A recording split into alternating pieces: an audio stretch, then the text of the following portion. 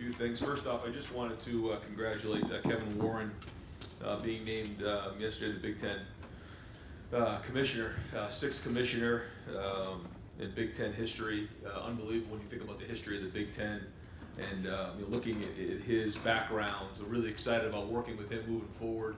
We've done so many great things here in the Big Ten, and the future obviously is going to be really bright with Kevin. Also want to congratulate Jim Delaney, an unbelievable career, what he did for the Big Ten and 30 years of service.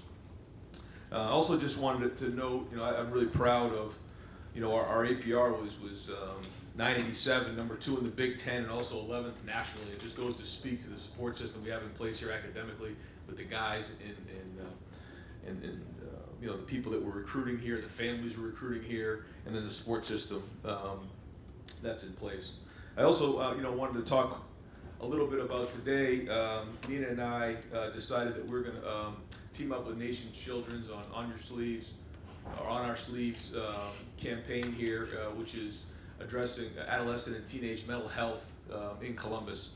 And we decided to team up with these people here because what they're doing is something that's really hits home with me, hits home with Nina, and something we want to be a part of.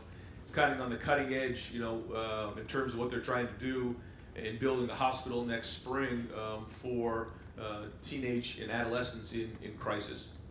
And we believe in all of our hearts that this is something in the next 10 to 20 years that can really improve our youth. Obviously, this is an epidemic right now in our country, and we want to be a part of it. So, we started the fund where we want to raise as much money as we can to help with this hospital. It's very difficult to run a behavioral hospital. In terms of profit, they're going to need as much funding as they can possibly have.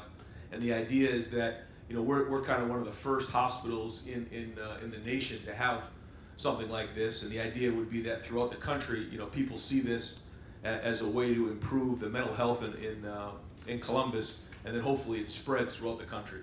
So we want to be a part of it. We see mental health as a major issue. Should we see it here at the college level? We see it with our team, and obviously throughout the state. So really humbled to be a part of this, and hope that we can make a major impact and save some lives moving forward. So I would like to answer any questions. I know you guys have some football questions, anything else too with the fund. We'd love to answer those now. Great, thank you very much. We'll open it up front row, middle, Dave. Ryan, looking at Justin Fields, from a football standpoint, what is something you feel really good about him and his development, and maybe what are some things that you feel like he really still needs to work on to become the quarterback he needs to become? Yeah, when you go back and look at him, I have to always stop myself because this is somebody who has so much talent, and physically God gave him a ton of gifts. But learning to play the position is something you learn through experience. He just doesn't have that experience, so we can't substitute that. That being said, we have so many tools and resources in place that he can use to get himself advanced along the way. So there's film, there's workouts, there's throwing on his own with the receivers and the tight ends and running backs. He has to do that in the summer on his own. We can't do that with him. And then there's going to be preseason camp and trying to get as many reps as we possibly can. We have different ways to do that in the summer, virtual reality, all kinds of different tools to try to get him advanced in all of our quarterbacks, all of our positions. But he's done a good job so far. He's been working really hard in the weight room. He's been doing a good job, studying film. You can actually take the iPads home and watch film, and we have so much film to go off of the last couple of years, studying in your dorm. So it can't just be the 8 hours a week. It's got to be more than that on its own. And looking at the offensive line, how do you feel about that group going into camp? Do you feel like you have a good idea who the starting 5 will be? Do you feel like you guys will do some rotating? Just where are you at with the offensive line? I have high hopes for the offensive line. Seeing the way that they're running around right now there, Mumford is really looking strong right now. And then when you kind of roll them all out there, we have some guys who have a chance to do really good, and they're all going to be kind of battling for spots. We lost 4 guys right there, but then there's some guys who have some experience, who've been in the program a little bit, some other guys who have some playing experience in there. So it's going to be a great competition, but I think it can be a strength for us. Obviously, the more they play and the more they gel in the preseason, and then in September will be important, but a talented group. Second row left, Bill. Ryan, you're going to have 6 quarterbacks in your room. All of them arrived here within the last calendar year. I know it's not only happening here; it's happening all over the country. Does that sort of dramatic kind of turnover, what you've observed at other programs and how things are changing so rapidly, does it impact at all the way you recruit that position, or can you sort of just continue with business as usual and like hope you can keep things together? Yeah. There's not a simple answer to that. Anytime that you have, when you think about where our room was a year ago, where it is now, that's significant, you know. And I think because the quarterback position is planned out so far in advance nowadays, you know, we're recruiting guys who are freshmen, sophomores, and that's a specific position where only one guy plays, and so there's planning that goes on with that in the recruiting. When somebody who's a sophomore comes out, it kind of just leaves the whole room in disarray.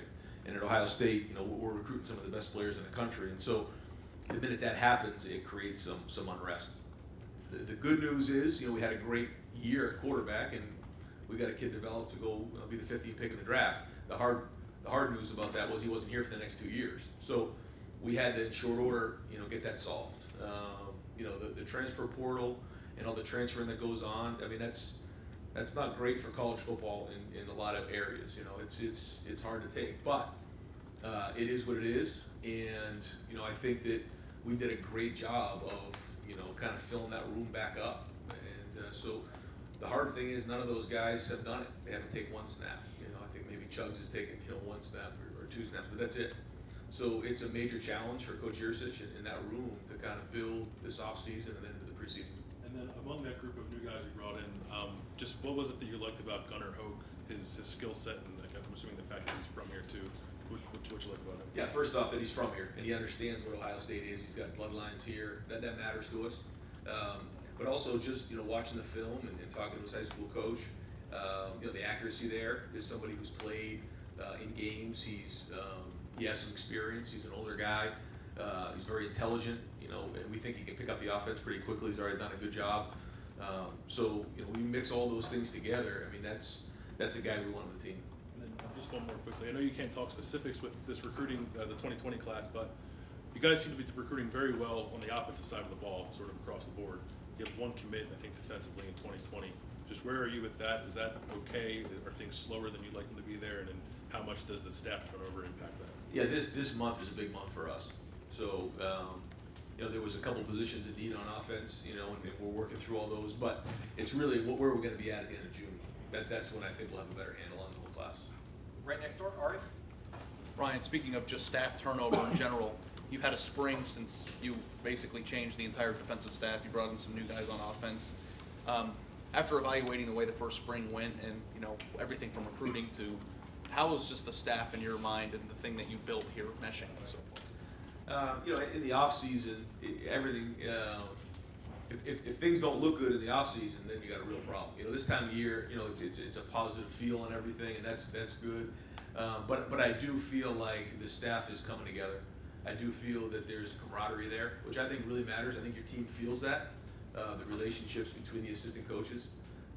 But I think we got a good mix. We've got a good mix of, you know, ages. We have a good mix of backgrounds, and so I think if you talk to our players right now, they're excited too.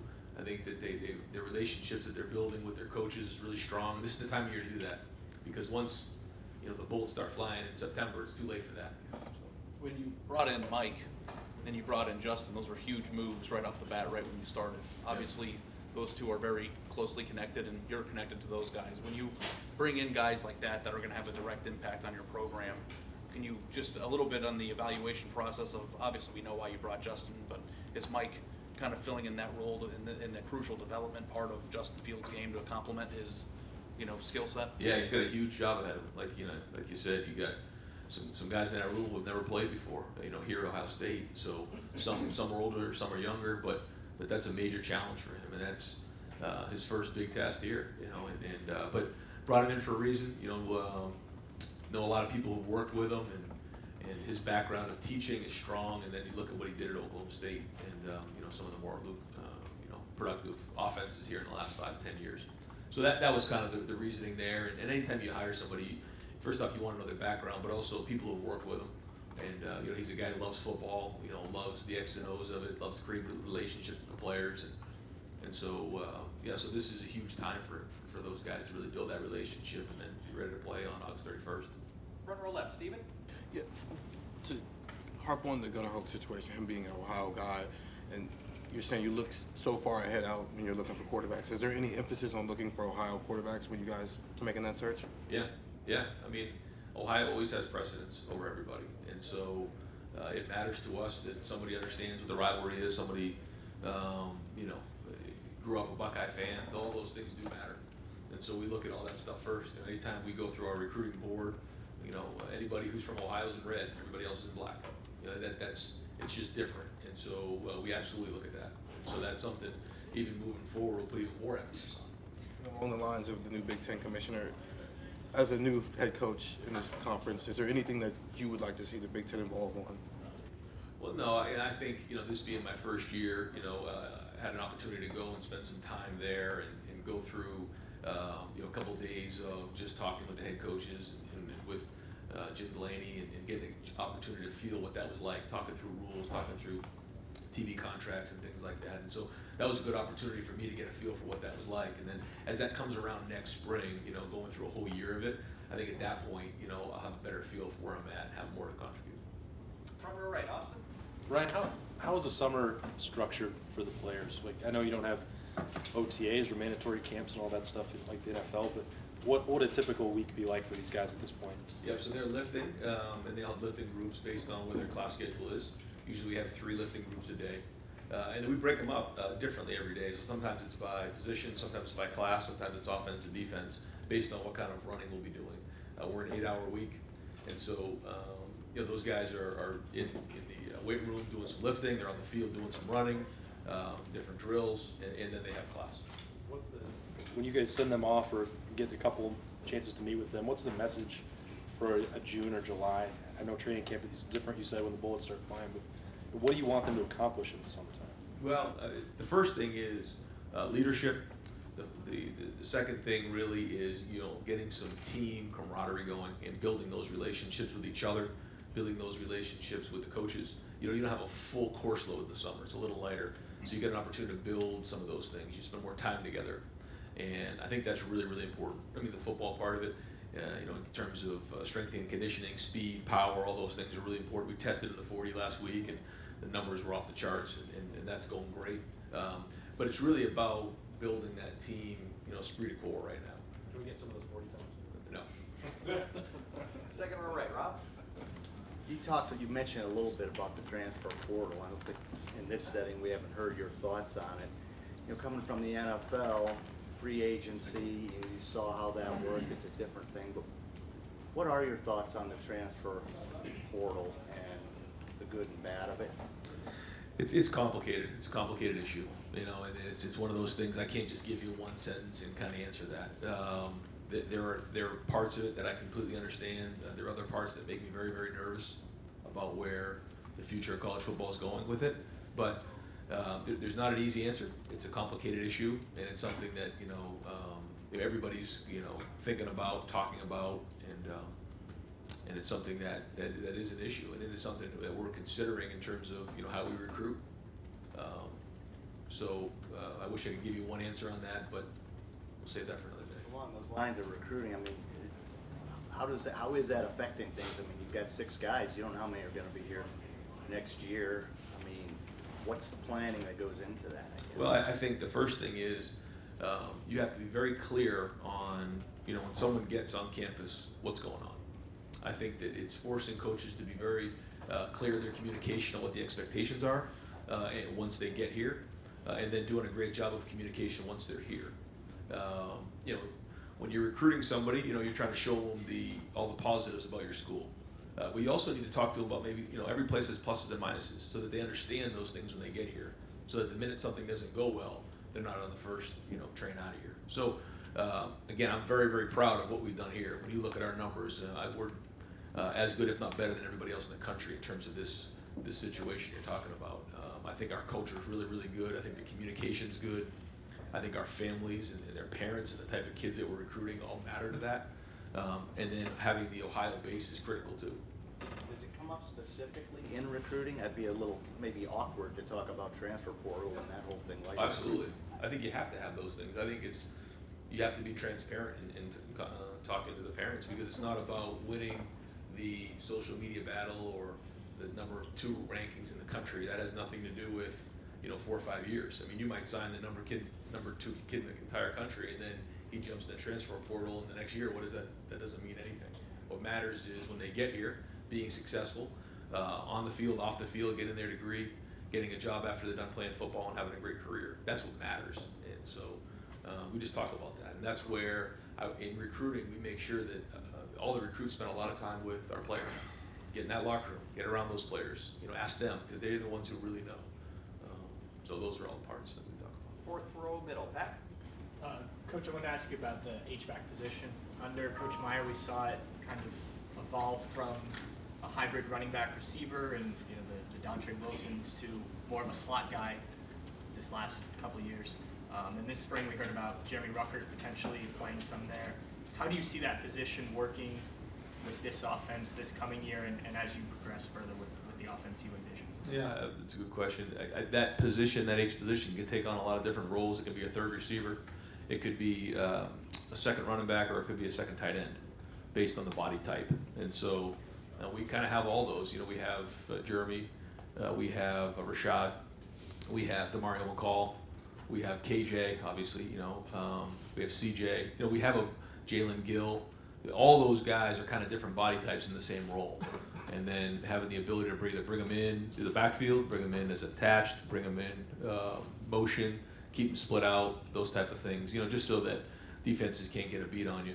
But we'll put the best 11 on the field that gives us the best chance. And if it is an extra tight end or an extra running back, we'll do that. But it all kind of depends on how the preseason goes and the identity of the offense. Yeah. Deep center field, Jared. Hi, Ryan. Hi. I didn't know until this morning, reading the news release, about the circumstances of how you lost your father. And I wanted to ask you a little bit about how that shaped you growing up. And now that you've had this opportunity to create this fund specifically for mental health, how losing your dad shaped your thoughts on the importance of mental health? Yeah, it without getting into too many details, I think that, when you grow up and you're young, and something like that happens, you go through a range of emotions, from angry to sad to resentment, and then as you get older, you start to realize, when you reach your 20s and your 30s, it kind of makes more sense on what happened. You have a better perspective of what it is, and so, growing up, I didn't quite understand what all went down, and then as I get older, I start to realize that it was a sickness. And that there's people out there that need help, and that there's a stigma attached to it that I don't think is right. And it's a stigma that maybe even as a young person I bought into. And then as I get older, I don't buy that anymore. I think that it's just like any other sickness. I think if somebody has cancer or somebody gets ill, they need treatment. Well, it's the same thing with mental health, and I think that's the biggest thing, is breaking these stigmas, breaking the stigma of not, especially men, of not having those conversations that they need help. And so, to the point here where even in-house here, we're going to have 2 sports psychologists, 2 athletic counselors that are here for our guys. They're at a high-profile position, and so there's anxiety, there's depression, there's things that go on even with our players that I want those guys to feel like they can have those conversations. And I think, especially being a football coach, in kind of a manly sport, I think it's good for people to hear the fact that our guys are vulnerable, we're all vulnerable. And that it's real, and that if people need help, that they shouldn't be ashamed of that. Far right over here, Clay. There's a huge PR function to your job, the one you stepped into. How do you deal with that, being pulled away from football? And do you find yourself getting a ton of advice from Buckeye Nation, like, Tress did it this way, Urban did it this way, let me advise you, let me suggest? I mean, how do you? No, not really. No. A lot of people come up and they see a lot of pressure, or they start talking about the expectations. That's a big thing that I get a lot, and it's been the same thing all along. I say, you can't worry about that. And people ask me, what if you don't beat the team up north? What if you don't win the Big Ten championship or national championship? And I always come back with, well, what if I do? And that's the mentality I've always had. And You know, maybe it goes back to what happened when I was young and nothing was guaranteed in life, and that's always the way I've been. And you know, so let's go play. Let's try to maximize the day the best we can. And you know, we're not going to be hesitant about anything. We're not going to be apprehensive. We're going to go after people and be aggressive, because that's the way, you know, I think you got to live life. You got to be aggressive that way. And to start getting anxiety or worry about, you know, losing is not going to happen. You prepare longer for speeches now, the groups? Yeah, a little bit. I try to get my thoughts together on that. I've found that sometimes when I just jot a few things down and just speak naturally, that's what's best. Okay. But yeah, I mean, you know, you find yourself in those scenarios when it's part of the job, for sure. Fourth row left, Andy. In the linebacker room, there's been a lot of names that have come up. Is there anyone in particular that's emerged? There seems to be like 6 guys all competing. Yeah, not really since the end of spring. So kind of the same guys in there, and they're all battling. And we've got a lot of players there. We got some good depth and with a lot of experience. And they're a hungry group now. I mean, they've read things. They're ready to go, and they're hungry, which is fun to be around. I mean, there's not a lot of smiles on their faces right now, which you like, you know, as a coach. And so, you know, I think we're gonna see some great things from those guys this year.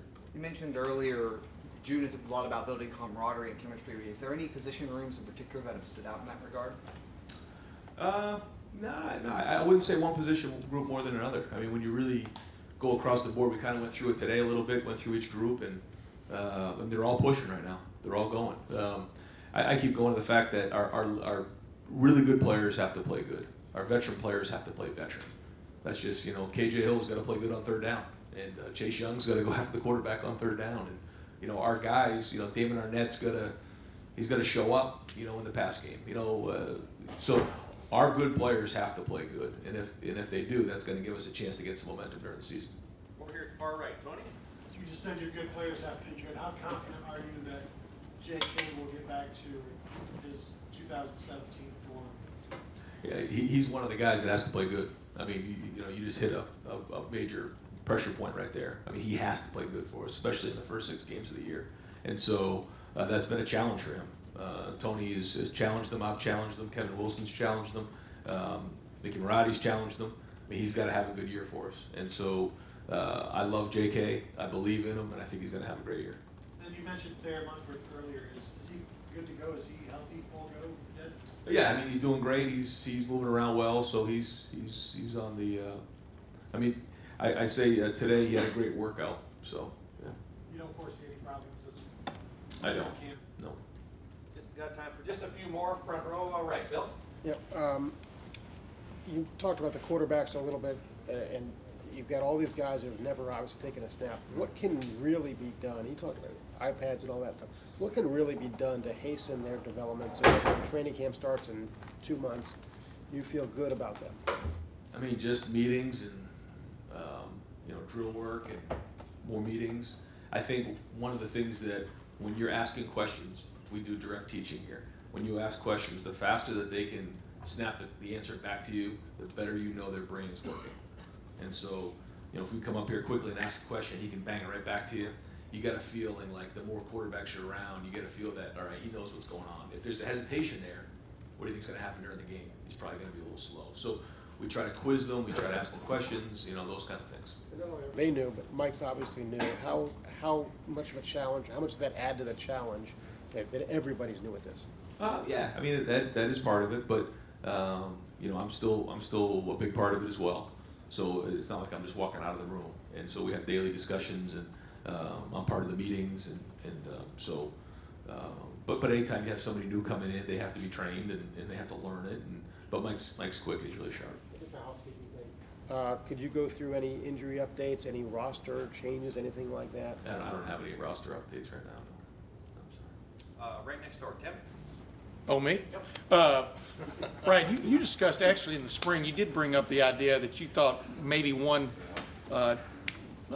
tweak to the transfer portal thing might be a limit of 2 guys, signing 2 guys per. What have you thought along those lines from the standpoint of where you might go with this? What I've found is that it's a complicated issue. Yeah. You know, I think it's easy for me to have ideas, but there's a lot more to it than that. And that's being at the Big Ten meetings and having those conversations with coaches and commissioners, administrators. I realize that there's some complexity to it, and there's no easy answer.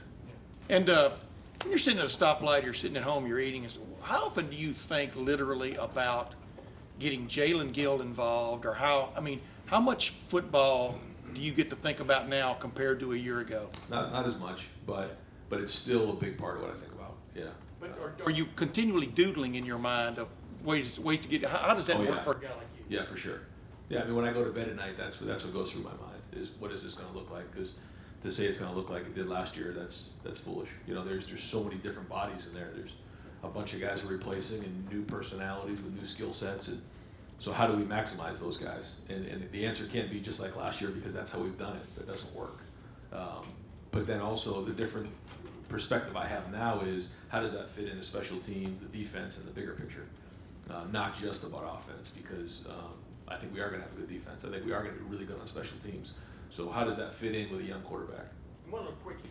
How soon, or maybe is he still working? How soon does like Yursich, has he become fluent in how y'all address things, offensively? You know what I mean? Yeah. Talking the talk. Yeah, no, pretty quick. He's bright. I mean, he picks up on it quick, and he's all in.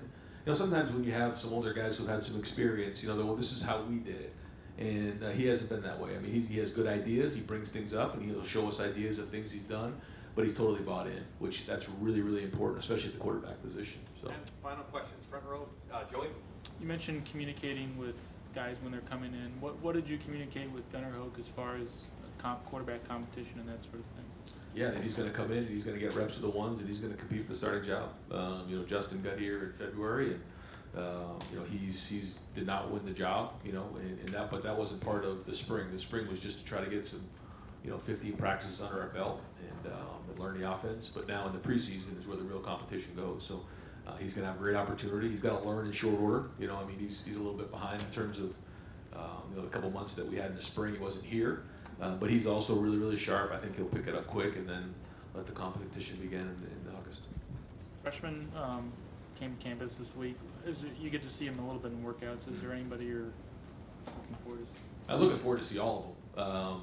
Interesting group, great group. We just went through them all. We tested them yesterday. Has a chance to have some guys that make some impacts, but in order to, get an idea who that's going to be, it's so early. They just showed up today. So, but very excited about them. Very interesting group. Again, some positional needs there even for this year.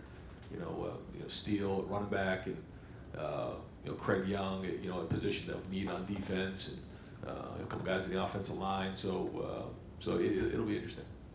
Coach, thank you very much. Thanks.